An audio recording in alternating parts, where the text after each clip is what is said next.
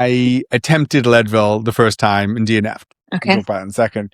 And then in the following spring, 2013, I went with a group of my trail running friends from Austin, and we went to the Grand Canyon. So that's where you start at the South Rim, you run down the canyon, up onto the North Rim, turn around, come back and back. So it's around about 48 miles. We buddied up, me, Adam, our friend Amy. This is not a race. This is actually kind of frowned upon. We started like 3 a.m. or something in the dark and ran down, and it got hot, maybe 45 Celsius, Very and hot. We are cooked. It was one of the hardest things we've ever done. At one point I was not feeling good, and I was like, Adam, can you hike behind me? Because I think I might die, and I want someone to like see. I want someone to see me.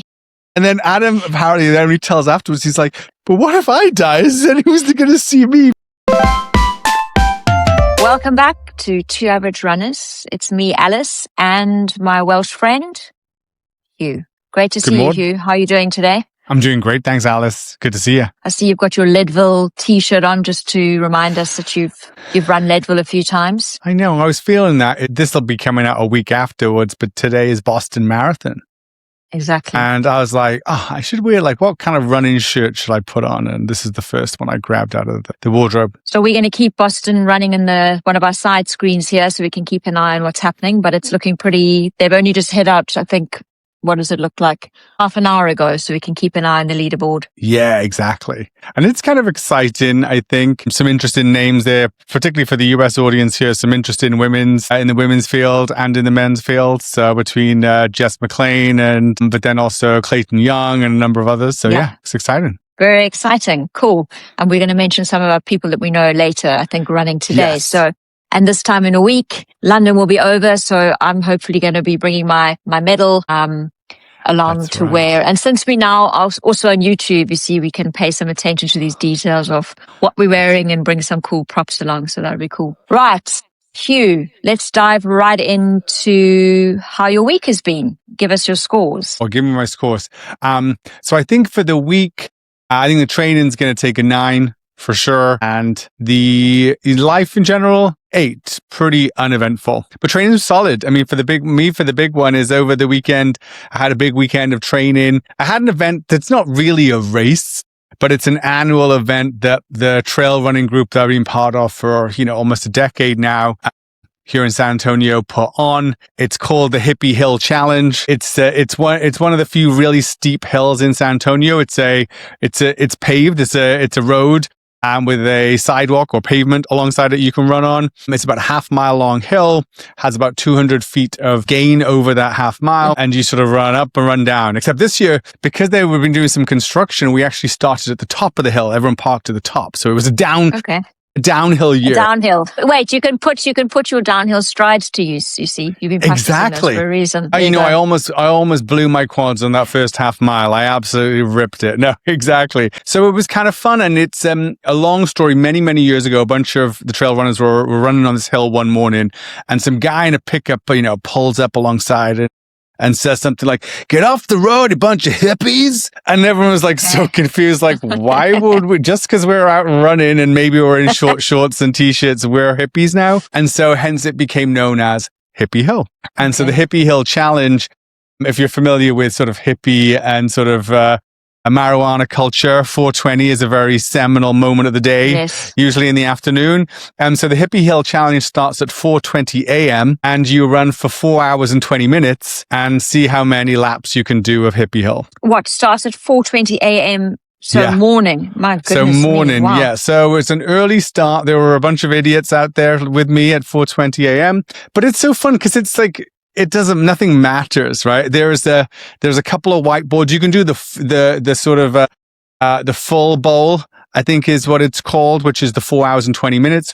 Or there's another division called half baked, which is if you just do 2 hours and 10 minutes. So there was a whiteboard for each, and you just write your name on there. And after each lap, you sort of put a hash, or next to your name. So self-monitor, okay. Exactly. Cool. So it's self-monitoring was, so it's pretty chill. And, just locked in. I actually hit the carbs pretty hard. And for me, I had a goal of 21 laps and I hit that pretty comfortably. And so got 22. And as I finished the 22nd lap, and this is like, obviously so you're stopping, taking some water or electrolytes, some carbs. Maybe you have to duck into the bushes to use the loo. There's like a McDonald's nearby if you had to use the restroom, whatever. So it's like, it's all pretty chill. And, some people will set up a cooler or a camp chair at the top to take a little break. But I finished the lap 22 and there was 10 minutes left. And I think the only lap I'd done under 10 minutes might have been the first lap. Most of them were averaging sort of 11 minutes, plus or minus. And so I really wasn't sure but I went off for one last lap. And so I went down to the bottom, and then came back up. Luckily a friend Travis was there, was also running it, but he was sort of like not really logging his laps, and he was sort of turning around and keeping people company. So he just locked in behind me and started giving me encouragement. So I ran the all of the last hill and pushed to the end. That was the only time my heart rate actually went really high, was on that last one. But yeah, did it with 10 seconds to spare. So that was like you did the full 4 hours 20? Full 4 hours 20 minutes. Did 23 laps, so it was just shy of 23 miles, 29. Amazing. And 0.8 or something like that. So is that a PR for you? Is that your PR, getting that laps in that event? It's actually not, only because in 2017, I was young and youthful and fit. I was at a really fit time in 2017, and I did 27 laps in 2017. But on that one, I really took it like a race. Like I was hammering it. It was like running whereas I think at this one, at the end of it, my average heart rate was 140, which is basically my aerobic threshold, right? So it was I was a little above aerobic threshold on some of the climbs, and obviously below it on, when I go on the descents. I wasn't too wrecked. I obviously was tired from doing that, being that long and going that far and having that much vert. I think it was like 4,600 feet of vert or something in total. So what's that in meters? Probably 1,500 meters, something like that. But it was definitely like a tiring event, but it wasn't a race. And so, so super pleased. That sounds really fun. Tell me, are there lots of spectators, or is it a bit too early to get people cheering on the side of this hill? A bit too early. There were some people who brought their kids. Like there's one lady had her teenage daughter and her daughter's friend who were just walking laps and saying hi to people. There were some random people who would come and go. There were cars on the road. Some of them would beep. I'm not sure if that was encouragement or just get out the way. And then what's kind of neat for this audience, or for you in particular, right there, this is in like a little suburb just north of San Antonio, about a 25-minute drive from where I live. And there's a little old English tea shop run by this English family. What have they got? Scones? Have they got scones? They do have scones. They'll do an afternoon tea, but they'll also do like a sort of a full English breakfast. On the weekends, they will do, but they'll have like baked beans, or they have a pot of tea. So anyway, Henry met me for that. So yeah. So that was it. And then I went out again the next day and did another 3 hours of hill repeats with a couple of the guys from Saturday who were training for mountain races. Fun. So yeah, it was. And that was on trail. And then that was like much lower heart rate. Probably 3 hours, only did about 13 miles, but again, did about 3,500 feet of vert.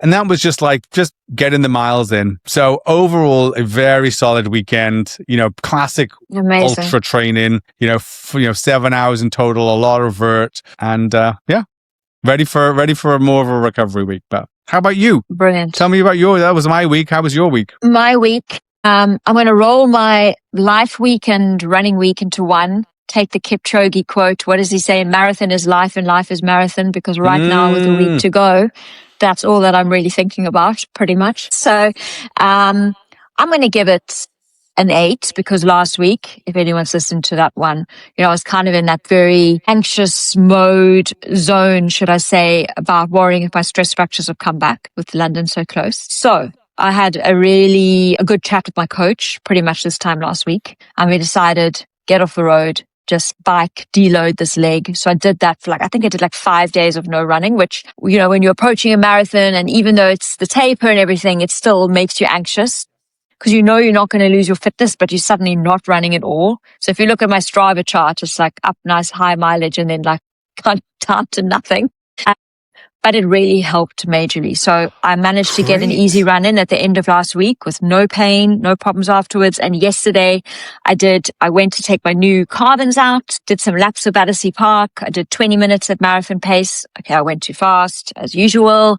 Had no pain during the run, no pain after. Things are feeling pretty good today. Not 100%, but I think, I don't have the symptoms that I had when the stress factor was really hitting last time. So I think it's just been my personal diagnosis. This is not let's not take this as a medical advice sort of podcast. My personal thinking is that, and what my physio had also felt and my coach, is that probably I just had got quite close to overloading the tissues and was maybe at risk of things tipping to the other side. I mean, for all I know, maybe there is a little stress response coming back, but I'm feeling quite good. So I'm giving myself 7 or 8 out of 10 because things are so much better. That's huge. But it's not 100% because, of course, but you never, you know what it's like. You never have you don't always have the sort of perfect lead up to the marathon. So I'm trying to be very positive, optimistic. I'm excited about the run. And it's, 6 days to go now. So it's me. I think that's so awesome to hear because you were really stressed about this, I think, last week. Yeah. I'm not sure if that came through on the pod. It ties to something we like to listen to. We're two average runners. We're not experts, but we kind of like try to absorb a lot of information. So we've had coaches. We learn from our coaches. We like to read. You have a real medical physiology science background. I'm sort of like this sort of curious, mathematician, like to learn. We both follow David and Megan Roach a lot because they are like sort of no secrets. They share so much about their thinking and why.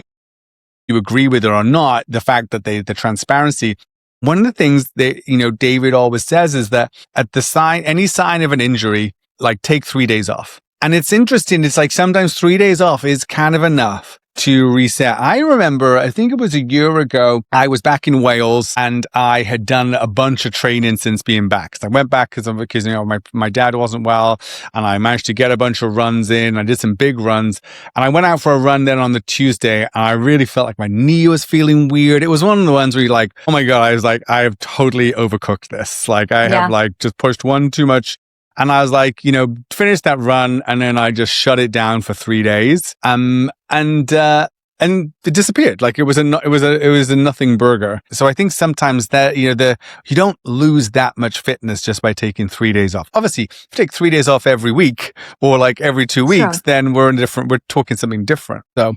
And obviously I was happy. It was also happy timing in that it's a taper anyway. So you kind of know, even though you don't feel good about the fact you're not getting this, and my partner Dale, he has the same coach. So he's off to do kind of all these runs that I'm meant to do. I watch him heading off down to the track and doing his hills and all of that. And I'm like, worrying as I sit on my Zwift cycling and sort of watching other people's podcasts. But I sort of also know I'm not going to really lose a huge amount of fitness. And as you said, we're just two average runners. Like this is not my profession. I'm not an Olympic athlete, even though I'd love to be. And you know what? Like, so what if you didn't run as much as you could have in the last few weeks? Like, let's just get to the start line. So that was the goal. So I think once I took that pressure off, I also just felt like, you know what? Who cares? Let's just get to the start. That's the most important. And so I'm hoping in a week's time, I've got some good news story that I've got through the race without pain and that I'm feeling good. Great. Well, we're going to talk a bit about that in a short while now, but teeing up to it, I mean, it's race week. What a cool way to start London race week today is Boston. Also known as Patriots Day, which is sort of a holiday that's celebrated a bit more in Massachusetts. It's quite famous about Paul Revere when he sort of rode through rode to Boston on his horse, shouting, the British are coming, which is obviously quite interesting given, like I'm British. But anyway, we'll put all that history to side for a second. But it's Boston Marathon, which is kind of an exciting day. And I think we both have some people. There's actually a bunch of people I know running. And we wanted to talk a bit about that before we start. So how about you? You said there's someone you know who ran in Boston today. Yeah, so a girl I know, or a woman I know called Tamsin. She is South African. We met each other a bit like you and I, Hugh, in a way that we met virtually first during COVID time. So we met because we were part of that kind of branding, entrepreneurial type of group. But Tammy and I were both doing online exercise classes. There's kind of like this equivalent of Barry's boot camp in Cape Town and Johannesburg called Sweat 1000. So it's treadmills and weights and, moving between the two different stations. And what those guys did is that during COVID, they hosted from their homes as close as they could get to it, exercise classes, and everybody would log in.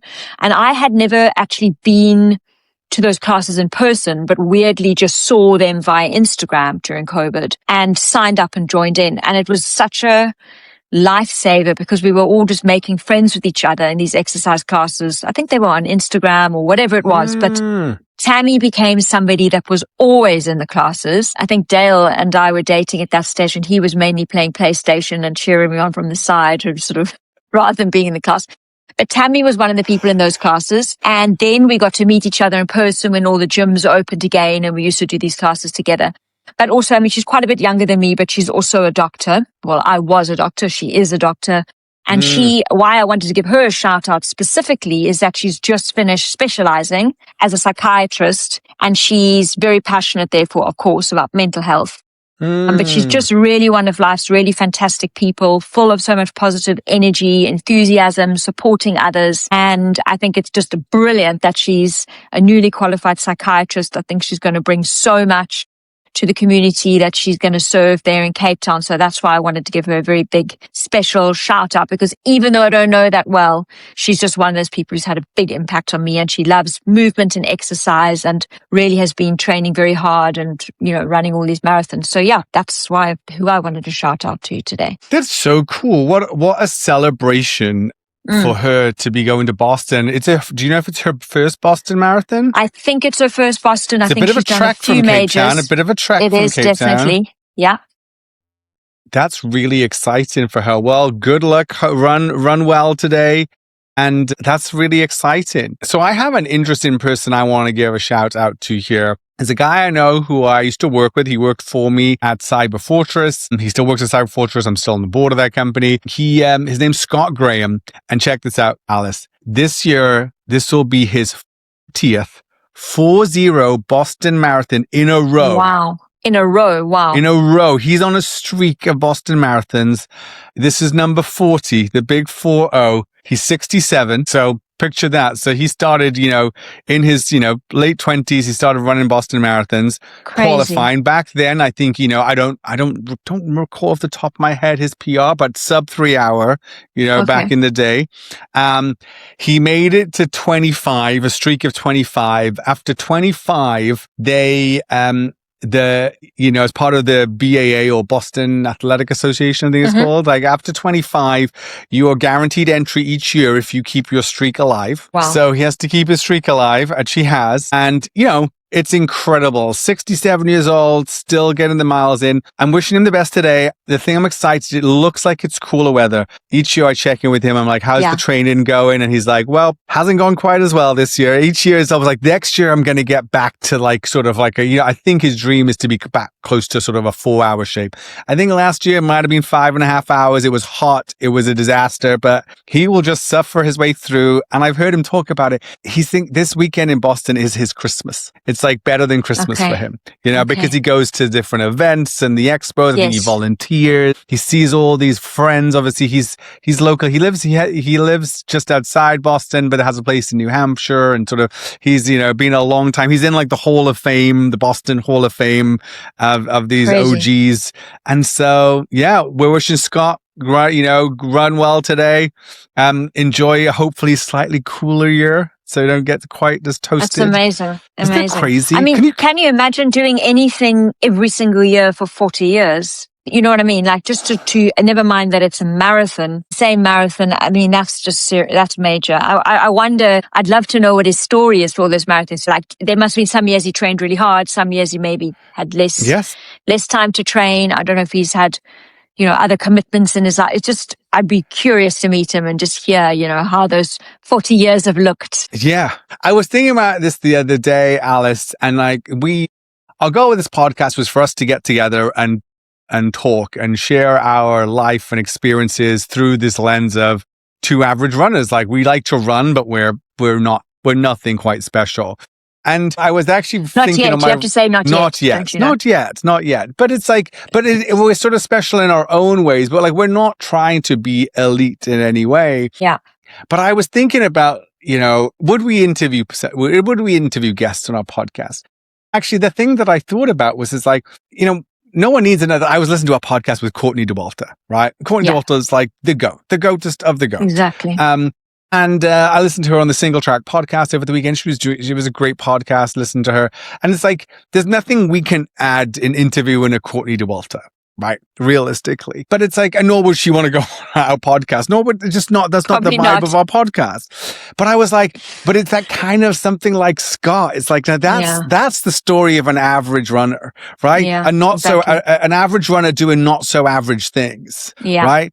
Because like, and someone with a cool story. Like a cool story, but not an elite or like a big well-known celeb. But I think you ask a great question there, which is like, what does it mean to do the same thing each year for 40 years? I mean, life has to align. You have to care. So it's like, I was joking, like, could I do the Hippie Hill challenge for 40 years? So it's like, that'd be kind of funny. But it's like, there's obviously a draw with something like a Boston Marathon. And there must be there must be so much community and the experience and the crowds.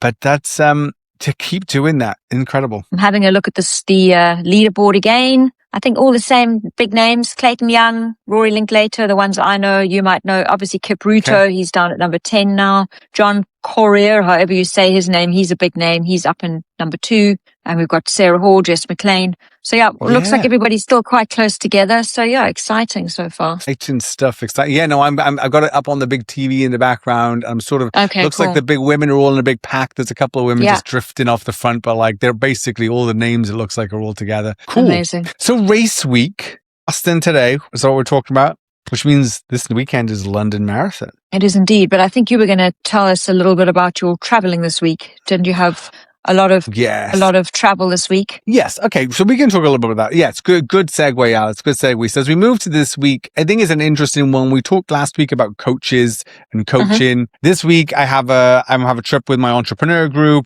It was going to be Wednesday to Saturday, but with some life stuff. And Zoe's trying to do some out of town work event as well. I'm going to come back on Friday evening, which I'm actually kind of glad about. But even then I was like looking, on Sundays, I tend to look forward to my training for the next week. And this was supposed to be sort of week 3 of sort of a 3 weeks of build before, 3-week build and then like a 1 week down week. And I just looked at it, flying to Mexico, Cancun on Wednesday, going to try to get some runs in while I'm there, but then coming back. Then the weekend, if Zoe's out of town, a lot of single parenting. It's like, I think, I had it was going to be a 4 or 5 hour trail run on Saturday. It's like, it's just not going to happen. This is not going to happen. And it would just help. And also I'm feeling pretty cooked from the weekend. Like it was a big weekend. I moved my strength up to today and tomorrow so that I could get it done before I head out of town. And it was just like, I just stopped and said, wait a second. I'm just going to bring the recovery week up a week, right? This week is now a recovery week. Just going to do the sort of recovery maintenance. And it was so liberating just to do that. And then it's going to be like, all I'm doing is just shifting 2 weeks around. So like, it's going to probably look like more than 3 to 4, maybe 4 weeks of build on the next one. But I felt so much relief from just being like, just need to, if I can get out for if I can get a couple of hours of easy, like an hour easy run on Wednesday and sort of Thursday and Friday mornings before we get on with our day, that will be great. This weekend I can just do some I can do what needs to be done. I still got my strength training in, which is my big priority right now. So yeah, that was just one I wanted to share there. Yeah. Tell me, I'm curious to know, so how does it work for you? What does the recovery week look like? I think I call it a deload week, but I don't know if is it the same kind of thing? So what does it kind of look like for you? Yeah, so I'm doing I like to mix, I occasionally make some changes. I've been doing the same sort of plan, self-coach. We talked a bit about this before for a couple of years. And I really wanted to focus on mountains. So I took an Evoke training plan. That's Scott Johnston, who coached Tom Evans and Ruth Croft to UTMB victories last year. And it's very much, and Scott has like a 20-week big mountain ultra plan. Okay. And, so you've got a plan that you're following. You haven't written your own plan. No, so I got a plan that I'm following and then I'm adjusting. making my little Okay, cool. adjustments. And even then, it's like, you need to scale it for your event and also your sort of capability. But there's a general principle in their plans. It's sort of 3 weeks to sort of build, or three bigger weeks. They don't have to always go up, but sort of build in weeks, and then a week, which they call a recovery week, which is kind of cut in volume, like cut in distance and vert by 40 to 50%. So it's quite a big deload. It's quite now, a lot. in this phase as well, there's not a ton of, because it's very strength focused. They have a big sort of muscular endurance. I'm doing it with my trainer, obviously, but it's like strength is a big focus. During the week, it's sort of strength and then Z1 recovery runs just to recover. And then weekends, it's kind of like solid kind of aerobic work on a Saturday, Sunday with a lot of, it's kind of encouraging to do 60% of your weekly volume on the weekend, right? And sort of 60% of your vert, which works great. Going out, getting some big day on a Saturday, a pretty solid day on a Sunday. So just the pressure of being like, I can just be 40% less this week. So much easier logistically. And do you have more rest days, or is you just stick to the same thing, but the volume's down? It's interesting. It would normally do 2 rest days instead of 1. Okay. Yeah. I'm doing 75 hard right now, which means but my rest day, so a 75 hard rest day is just 2 45-minute walks, right? Okay. So I was like, I end up moving strength up to today. I'm going to do a walk in the afternoon. On Wednesday I'm going to have a rest day, but I'm just going to do 2 45-minute walks, right? No, it's good to know. It's good to know. My coach, we wanted to program in some periodization, I think they call it, where you do a deload week. But because I made my return to running, I was really doing some walk running in January and then starting to build more in February. Marathons in April. So you got February, March, April. It's not long. Plus your taper. So we were just focusing on building mileage really slowly, which I think I shared on. So we haven't had much of a opportunity to deload. And I actually think in retrospect, we should have figured out how to make that happen rather than just focusing on every week. I need to just do a little bit more mileage and get myself back to sort of fitness again. But just looking at the symptoms I've been having now, I think it's something I'm going to chat to about the next build. It's really interesting. I think, we don't want to harp on about, but there are different schools of thoughts on the sort of deload or recovery week. The Roaches, they like to call it an aerobic build week. So when they have a week like that, particularly if it's either a week of stress or you need a break, their big thing is to just cut all intensity in the week. Okay. Not necessarily cut volume. And so I think that makes a ton of sense if you are doing, for example, a lot of if you're doing a speed work and marathon paced work, like that is, I think the science is pretty interesting here that like when you're doing like a steady run, it's like 10 times the sort of impact on your body, like sort of marathon pace than easy pace. And if you're doing sort of, intervals, sort of like particularly 5K, 3K paced intervals or faster, it's like another 10x as well. So like so maybe just cutting that out. Forces. So they would recommend just cutting the intensity because that's but not just kill all your volume. Yeah. Different, cool. I think there's different things, but I think there's an interest in this. There's different ways to skin the cat. I personally felt with this one, like I'm not doing a ton of intensity anyway, but I was doing a lot of vert and just a lot of these hours. And so it was just nice to just cut like the weekend hours. Cool. So you're looking forward to your I'm not going to say easier week, but just your less pressured week. Yeah. I think you're just feeling like I'm not having to juggle so hard. And even actually on the weekend, I think if Zoe's conference plays out as she plans, I'll be solo parenting. So I was even thinking, and when that happens, I often will do like get up early and run laps of the block. Like, so I'm never more than a minute and a half from home and I can be keeping track while he's still sleeping. But, I can do about an hour and 15 of that. I can't do 3 hours. And that's enough. No, definitely not. Well, I guess just chatting about cutting back fits in probably with what I was going to talk about, which is a little bit about the taper. I was going to call it a listener's question, but you might be amused by this. So I've only recently been sharing that we're doing this podcast with a few people. And I always share last with anyone in my family because they're the biggest critics. I don't know what your family like, but mine, will be full of feedback and thoughts. But curious, I let my brother know because he's the most supportive and he's like into this sort of stuff and he's, keen, actually a very good trail runner.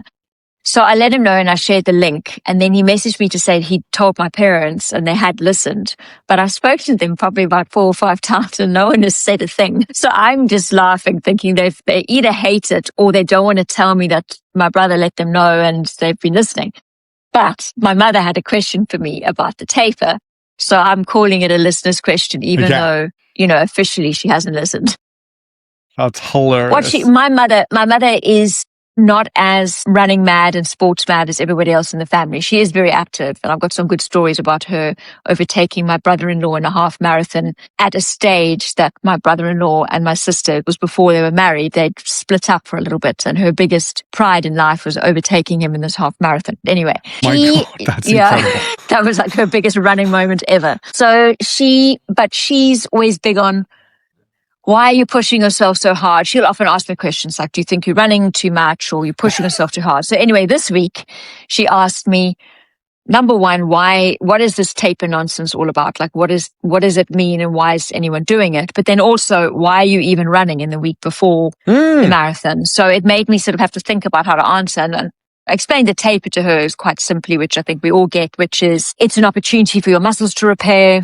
It's to reduce the fatigue because you've been carrying a lot of fatigue in the build-up. You may not even realize it. Some of it, I think, is also about replenishing your glycogen stores, but it's getting to the start line, not injured, more rested, having slept, glycogen stores nicely topped up, etc., etc. But the question about why bother running at all, because I guess with my stress fracture symptoms, she's just thinking, just don't run and then rock up and run. And I described it to her as a bit like if you were playing tennis, or even if you were maybe a musician and a performer, you wouldn't just stop practicing or playing at all before a big event, because it's actually more about, it's that neuromuscular signaling. I mean, you might have another way of describing it, but I said to her, it's about keeping that sort of neural coordination, for want of a better word, so that when you arrive on the start line, you're a bit more primed. Your legs are a little bit more fresh. You're fresh. You haven't,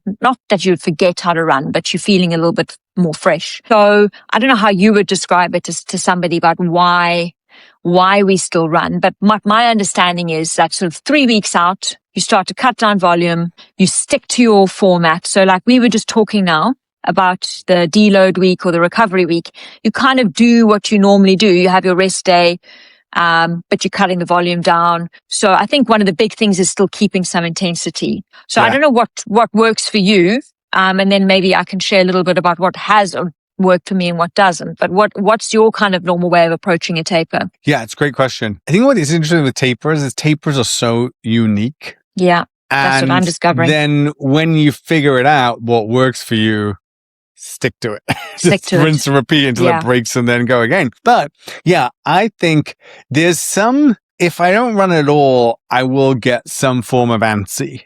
Yeah. So there's this really weird mix, I think, of mental and physical. Yeah. And like you said, the physiological can also play in. It could be, it's this blend of shed-in fatigue, but I like this neuromuscular idea, but like, if you rest too much, you can end up flat. If you don't, I often find that it's interesting the way I've always done stuff when I'm doing workouts is that so if Monday's a rest day, Tuesday's an easy day, usually with some strides, right? Yeah. Often hill strides for me on those.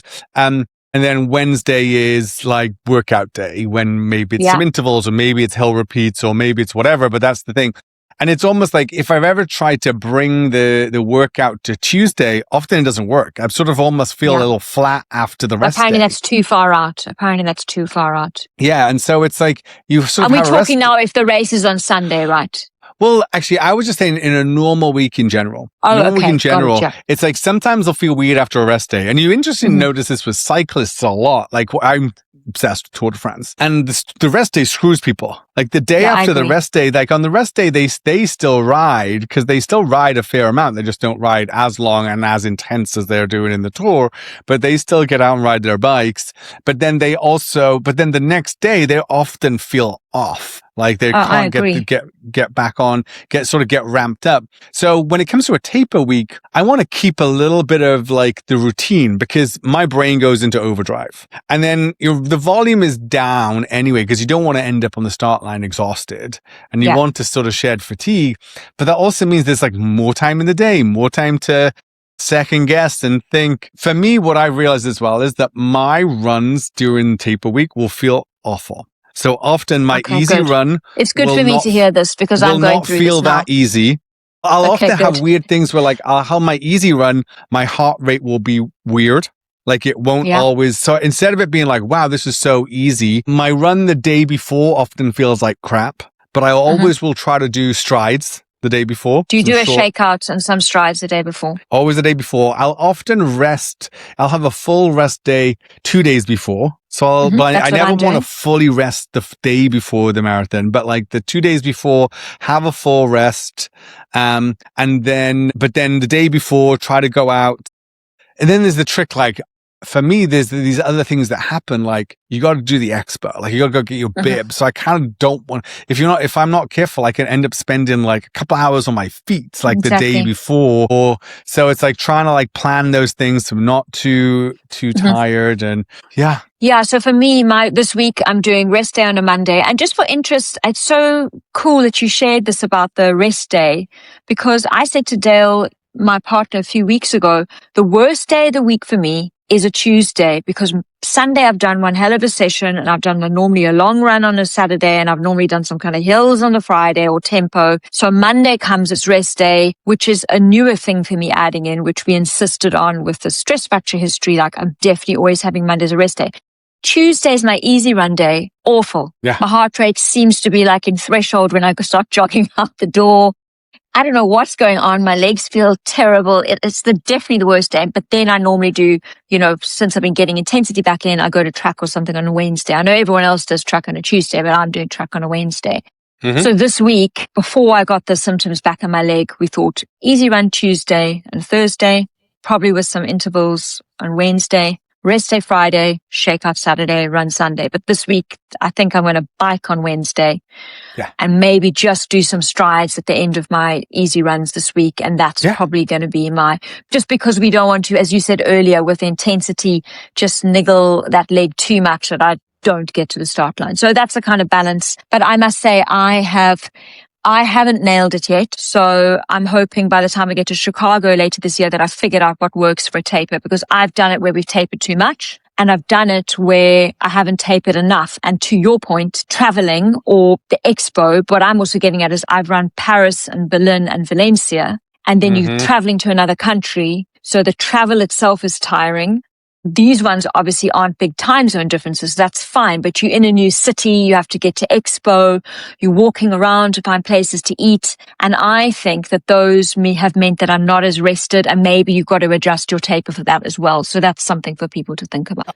Definitely. And so it's kind of fun to when we paced Courtney at Javelina back in the fall, I think we went out there flew out there on the Thursday evening, Friday, races on Saturday, Friday. We did a, little shakeout run. They had a Hoka shakeout run. Then we sort of just like got a little something, and picked up all the stuff, back, rested, legs up. Pro tip, our view, and I'm ashamed to say this is the first time we watched Ted Lasso. I hadn't watched Ted Lasso. Ted Lasso is the best taper show ever. Okay, I need to get. I'm busy watching the tips at the moment. When you're tapering for a race, because it's like it's not too serious. It's so like uplifting in terms of positive. Feel good. It's feel good, but it's about caring for a sport and a thing. It's like it gets you in the mood of like, I'm going to go run this thing. So one thing I think is pretty interesting is there's a trade-off here. I think is an interesting one in how much you can taper too much. I've definitely done that as well, where I've sort of like tapered down too much and sort of felt like almost losing fitness. Or feel a bit sluggish is how I felt. Feeling a bit sluggish. Especially you combine that with like the carb load. It can just feel all a bit you don't feel as fresh as you'd like, And I think there's a difference as well based on like what the race is like. a marathon is I think marathon is quite hard to thread because you don't want to be flat in the marathon. Yeah.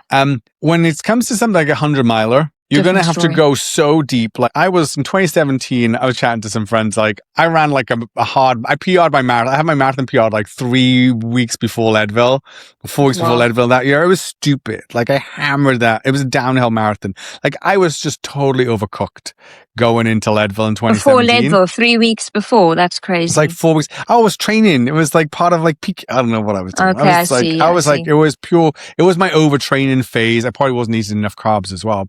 But it was just, I went into that Leadville cooked, like without a doubt, and early on. And then in 2024, when I returned to Leadville, and it's like when you and we'd done 75 hard in that build up, and I was lean and mean in great shape. And I think my coach, we had a pretty big taper when I was in Colorado. And so in some ways, I think there was definitely some fitness lost, but I was able to go super deep to finish that race. And it's a real trade-off, particularly when these really long 100-milers, if it's going to be a really tough, really rough race, sometimes being a little more undertrained to go in but then again, you've got 30 hours to go through highs and lows. Like if you can feel, if you're feeling a little flat for the first 2 hours, it doesn't really matter. No. Like it's not the end. Whereas a marathon, like you only got 3 to 4 hours to really nail this thing. So it's kind of a tricky one, I think. Well, I'll let you guys all know next week. Do you experience taper tantrums? No, but I don't like it. I don't feel good. I feel a bit restless. This time it's a bit complicated because I haven't run as much for the last 2 weeks, and that is not cool for me at all. Luckily I can bike. I feel like if I'm doing something, it's okay. Definitely not tantrums, but I just feel a bit on edge, nervous, a bit anxious, and normally running helps take that away. No, just a little bit edgy, but not too bad. Although people I live with might have something else to say. Exactly. I always found all these niggles come out for me in taper. Yeah. It's like the body is like processing Apparently the that's fatigue normal. or recovery, and I like all these little weird niggles and stuff, and feeling like apparently it's all the repairing process and the tissues and all of that. So I'm trying to see that as like a welcome it. It's a good thing. Yeah, and I also every time I have a bad run in taper, I'm like, good. This means it's a good taper. It's like a good one.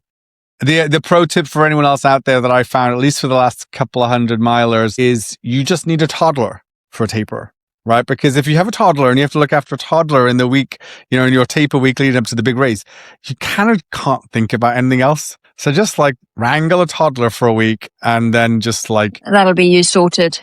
Yeah. I saw a quote somewhere said something about parenting is no one tells you how many times you'll have to get up from sitting down. So that's probably all the toddler is. That's funny. That's what parenting is just getting up from sitting down.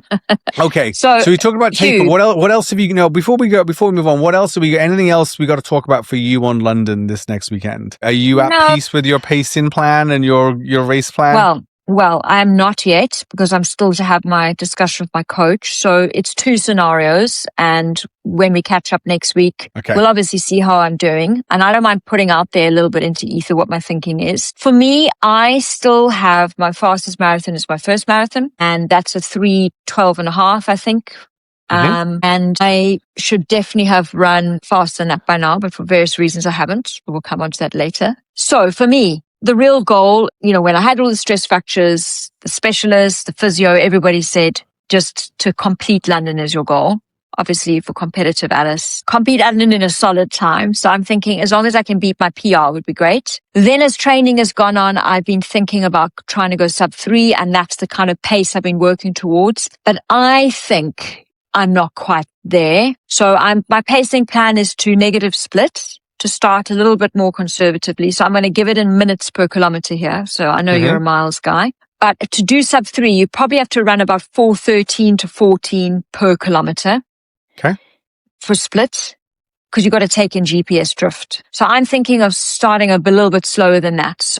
Sit on the other side of 4:15. And even if I go to 4:20, not to panic. Because if I can hold that, I'm still going to do a sub 3:05 or 3:03 or something like that. And that would be anything for me under 3:05 would be amazing. Under 3:10, I'll be very happy. But if it all kind of links, sort of clicks in place on the day, I think I'm in with a chance of a sub 3. My training says so, but I don't feel like this is the race to really go for it. I feel it's a race to go more on how I feel and be a bit more conservative at the start. That's my thinking, but we'll see what my coach says. I see you looking like you're processing this. You're sort of umming and ahhing.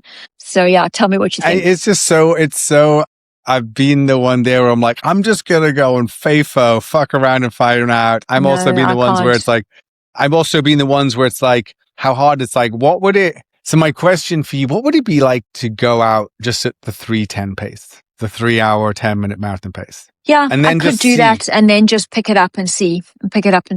I think I learned my lesson at Berlin. It was very hot and I should have had a plan B. So this time my main thing is to have a plan B. What's the weather looking like? It's actually looking pretty good in Celsius. 15 degrees, okay. A bit warmer the 2 days before, like 18, but not like last year but things could change and we could suddenly be back at like a 26. Luckily, I'm not starting too late. I start at 9:30 in the morning, 9:35 or 9:36. I'm kind of in just behind. I think I'm one group behind or two groups behind the elites. So that's also really favorable because there are plenty of people going out at sort of 11, I think, 11 in the morning. So for me, a bulk of my race will be done by that time. The trick is here that I just want to get to the start line. I want to have a solid race and not have one of these ones where you tank and you're like, oh, what does everyone say? Not my day. That's bullshit, which is basically you sort of you went out too fast. Not my day is you went out too fast and you kind of screwed your nutrition. I just want to go have a solid race. If I can PR, I think that would be cool. So if I can come and report back to that. If I get under, I think I'm looking at something above 3 hours and under 3:10 if I don't totally screw up on the day. So the key thing is don't screw up. It was interesting. I was listening to that Single Track podcast and Finn Melanson, because Courtney did her whole marathon block in the fall. Here, and she ran 2 marathons. Oh, yes. I think she ran the Twin Cities and then ran CIM, and I think she got like 9 or something. Yeah, like she didn't hit she was running with the 2:37 OTQ group but couldn't hold it. Interestingly, she said that she thought that gave her an extra gear. I'm not sure if you know, she ran this race called Chianti 120k. And like 10K to go, she was still in third place, a couple of minutes back. And she just like turned it on. And I think she said that she got that gear from her marathon training. Yeah. It's kind of cool. Yeah. Cool. But Finn was saying, she asked him because he just ran the LA Marathon. I think he ran something like 2:40 something. So like, he's not a slouch for, really media guy. And so he said this funny thing. He said he somehow forgot his Garmin watch. Don't know how you do that. No ways. But on the way to the, so he got to LA, no Garmin watch. And he decided he wasn't willing to drop another $500 on a new running watch. So he ran the whole marathon, no watch, on feel. And he said he was able to sort of like pace pretty well when he looked at the pacing, but he locked into a pace that like felt like totally doable. And he thinks he would have run worse and slower if he had been looking at his watch, at pacing. So it's just a fascinating. I just can't even imagine doing that. But it's an interesting thing, right? What would it take to run on feel? Like, so to speak. Yeah, I'd love to do that, but this Monday is not the day for that here. No, I know that. I think you've got to practice. It's funny that I say, you do. It's funny that we think how crazy it is. It reminds me of kind of my teenage stepkids. They couldn't believe life without the internet or a phone. And we're like going, life without, how could you run? But I'm just thinking about like my parents' generation, they were all running without these watches. So it's obviously doable. I'm not there yet. I need to achieve some of my goals and then I'll try and figure out how to. But actually, quickly before we move on to listeners' questions, a friend of mine ran London last year. And if you look at her splits, it's 4:14 minutes per K for every single kilometer until the end where I think the heat got to her. She didn't look at her watch once. Amazing. So she ran that on feel. She said she ran basically, I think, majority of the race without looking at her watch. How mad is that? I mean, if you can do that, I mean, my experience was in the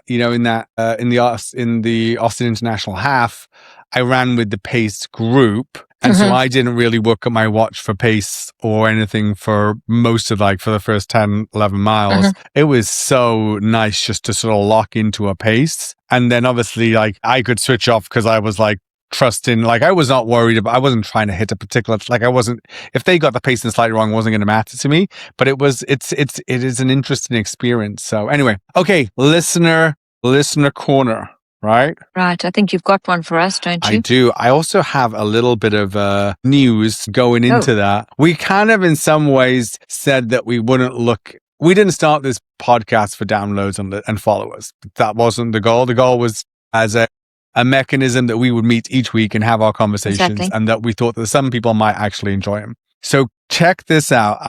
So occasionally I open Spotify for creators to have a look at the stuff. Nice. We have had 100 streams or downloads. Woo! Woo! Now, I don't know, that might be 5 seconds. I do not know exactly how, and 100. I don't really care. But 100. We've got to include my parents in that, so, you know. I know, exactly. Definitely some family members. And people, the other stat that was really classic for me is that I think it said here, you know, the list, there's not a huge, basically, like a few more people have listened to the first episode, so it kind of goes down slightly by episode, but it's like 2/3 of the number of people have listened to the most recent number as the first one. So it's not like people listen to the first episode and no one comes back. I'm pleasantly pleased that people are listening to our most recent episodes. So, well, I've been sharing the most recent ones because I thought I don't want to share the first ones, but hopefully it picks up rather than goes the other way.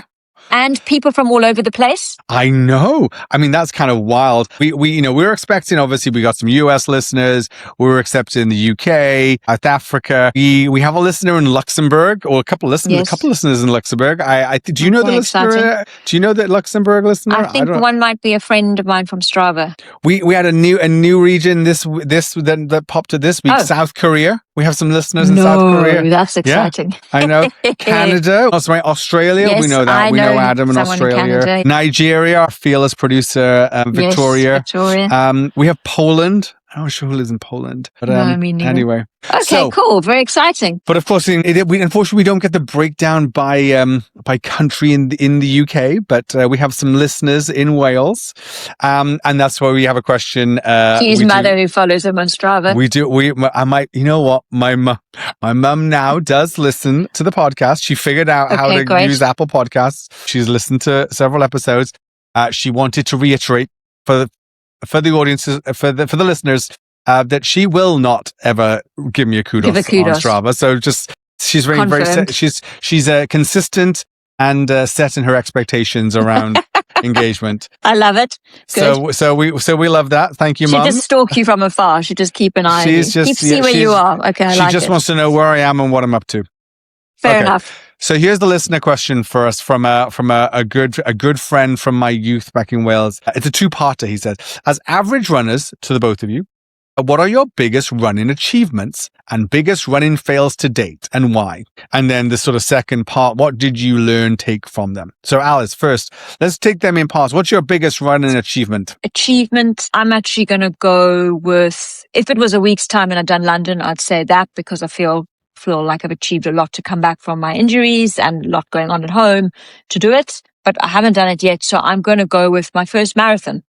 Oh, great. Because I think I actually did, in retrospect, quite well for a first marathon, and actually found it quite easy. So that's probably going to forever be my best marathon. But I think for me, that was my best achievement. And why was that so meaningful? I think because I shared a little bit about why I got into getting a coach and deciding, let me see how I do if I enter these events. Because I'd run some half marathons before, but it meant really changing how I approached exercise and not just doing more is more all the time. And actually putting all that energy, effort into seeing, kind of put your money where your mouth is. And see what you can actually do. Because I always thought, I am actually pretty fit and pretty strong. I train hard. I think I'm quite a decent runner. But it was like, okay, you can have all these little secret thoughts, but you haven't actually done it.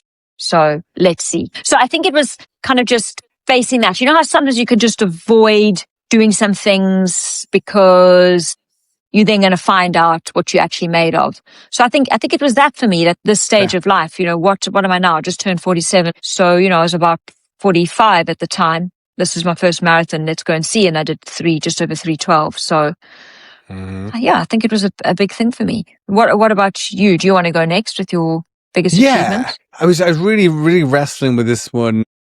It is tough. So there's 2. I'm going to cheat and do 2. That's not fair. I could have also done 2. Okay, go. Okay, go. what's your second one? Give us 2. No, I don't have one. Okay. I'm just saying. So, okay, go. so I'm going to say a pretty seminal one was in 2012. I attempted Leadville the first time in DNF. Okay. We'll talk about it in a second.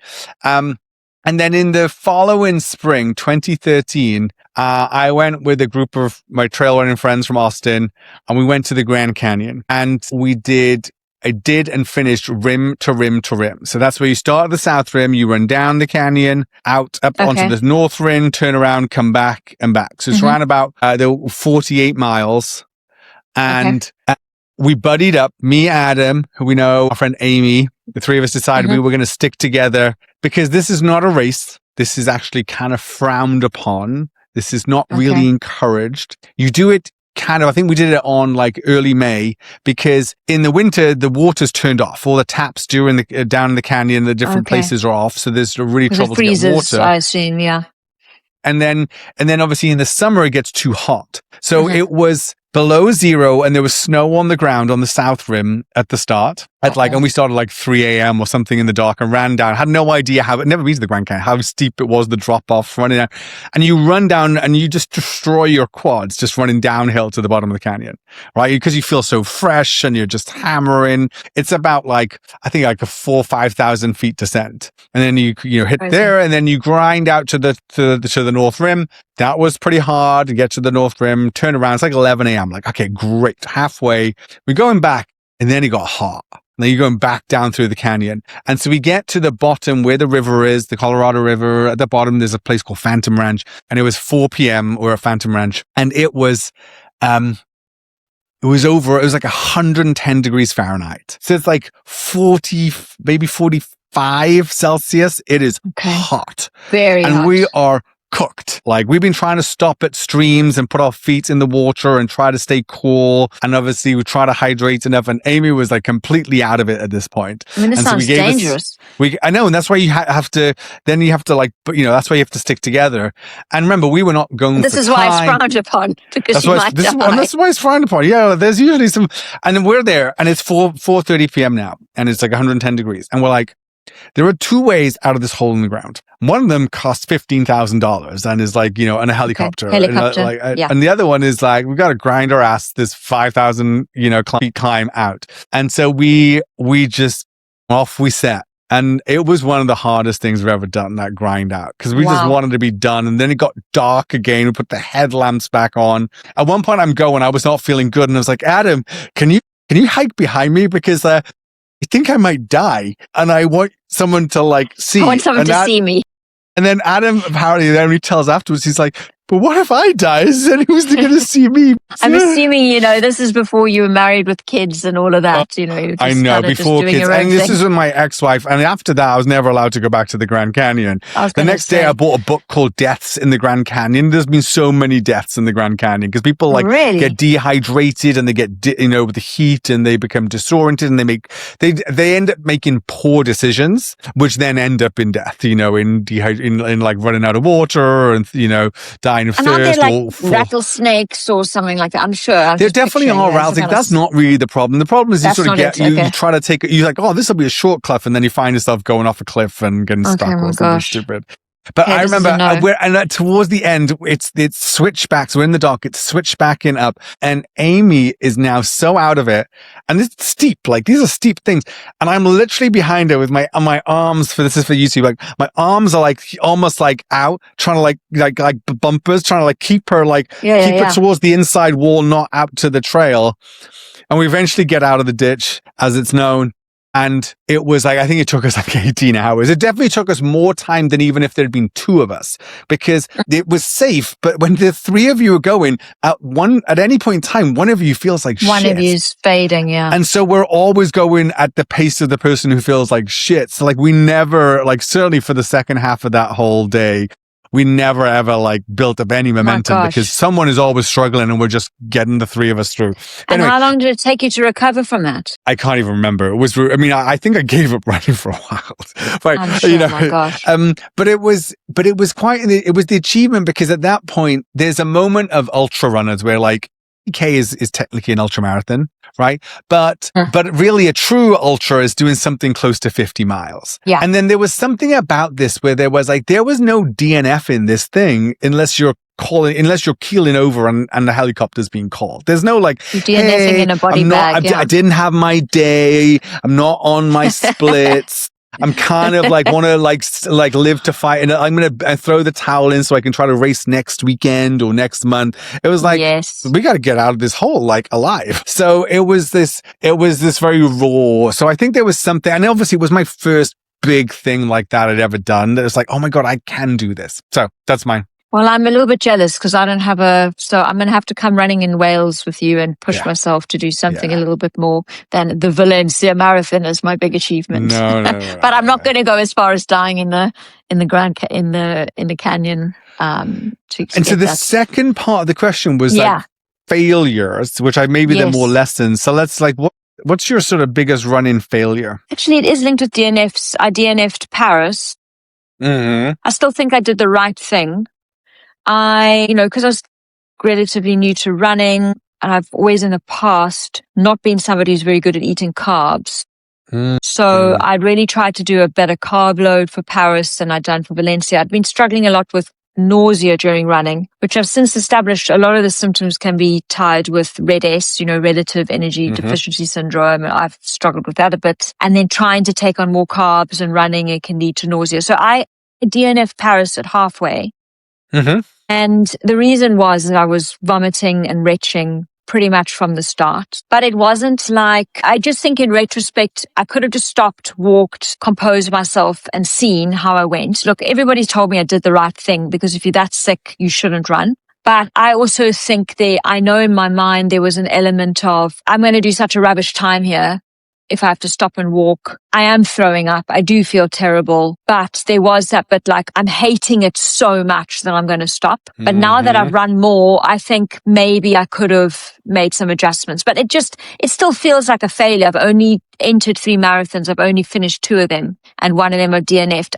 And the reason why I feel like, I won't say embarrassed because I think it happens to people because I've learned from it, is that I consider myself quite mentally tough person. So I was kind of surprised that I did pull the plug and DNF. But what I will say, what I learned from it is what I was just saying there is like, it kind of doesn't matter. Marathon, you go through these moments where you can feel brilliant and then 30 seconds later, you're never felt so bad in your life, or you're feeling terrible and things can pick up. And actually no one gives a shit about, excuse my language, about your time. So Berlin, when everything was just going tits up early on, because I'd had the DNF experience before and the marathon before that was so easy, I was like, I am not stopping. I don't care what happens. I'm moving. And I just had to keep moving, even though I was kind of grinding to a halt, push through like what that feeling when you hit the wall, where you're just wishing for every step to end, to finish it. I learned like, number 1, get your nutrition sorted.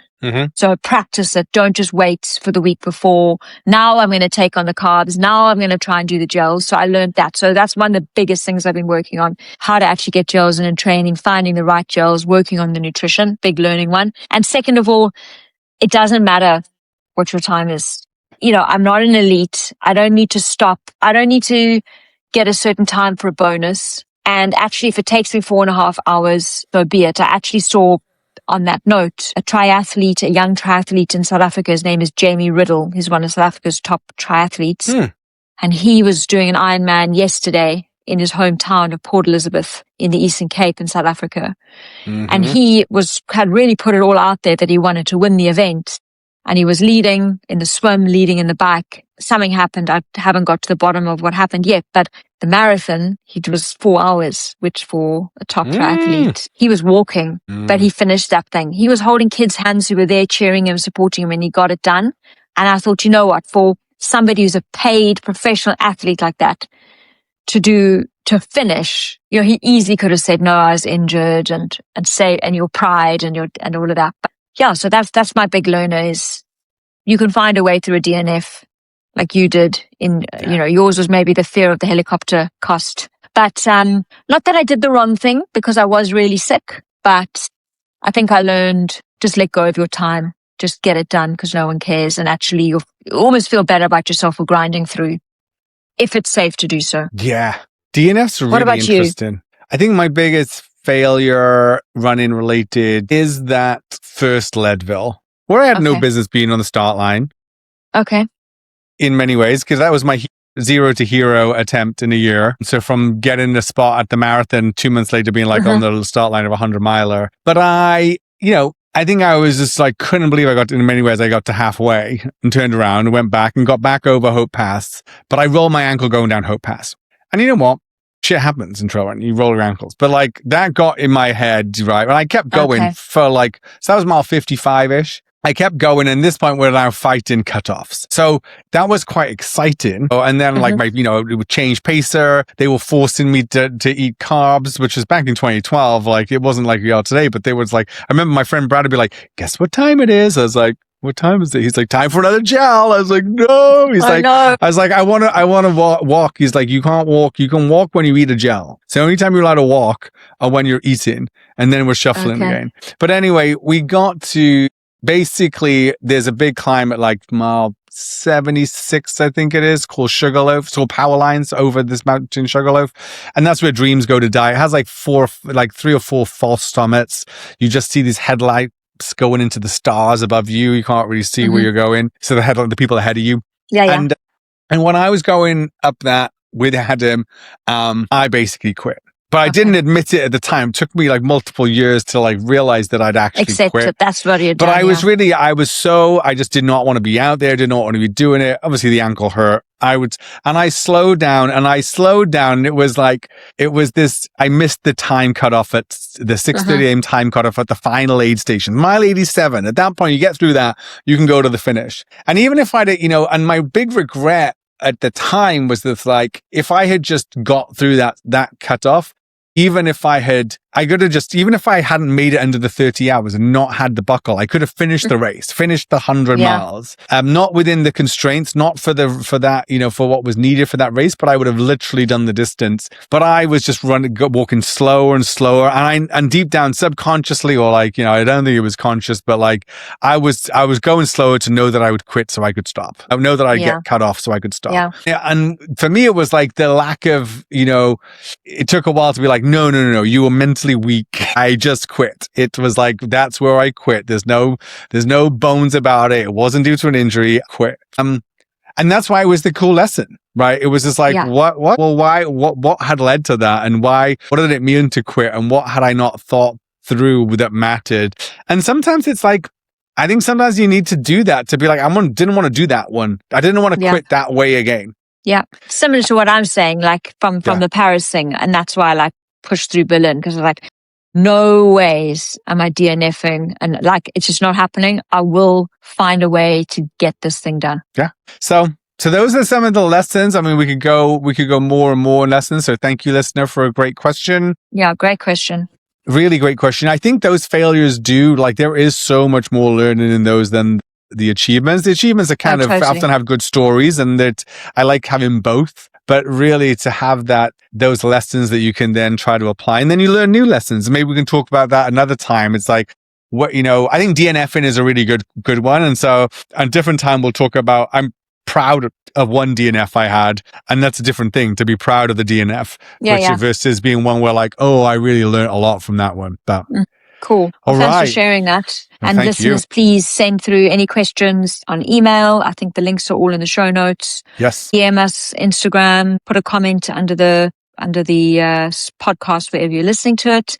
And we love, or Strava, whatever it is, send us your questions. We love taking them on. Anything else from Hugh today? Or no, are we, Alice, go get it this weekend. You've done a lot of great training.